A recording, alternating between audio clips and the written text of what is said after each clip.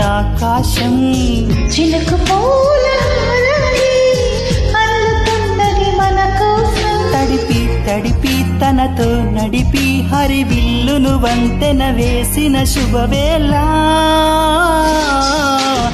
ఈ వర్షం సాక్షిగా తెలపని నువ్వు నాకే సొంతం. ఈ వర్షం సాక్షిగా కలపని బంధం. మెల్లగా కరగని రెండు మనసుల దూరం. చల్లగా తెరవని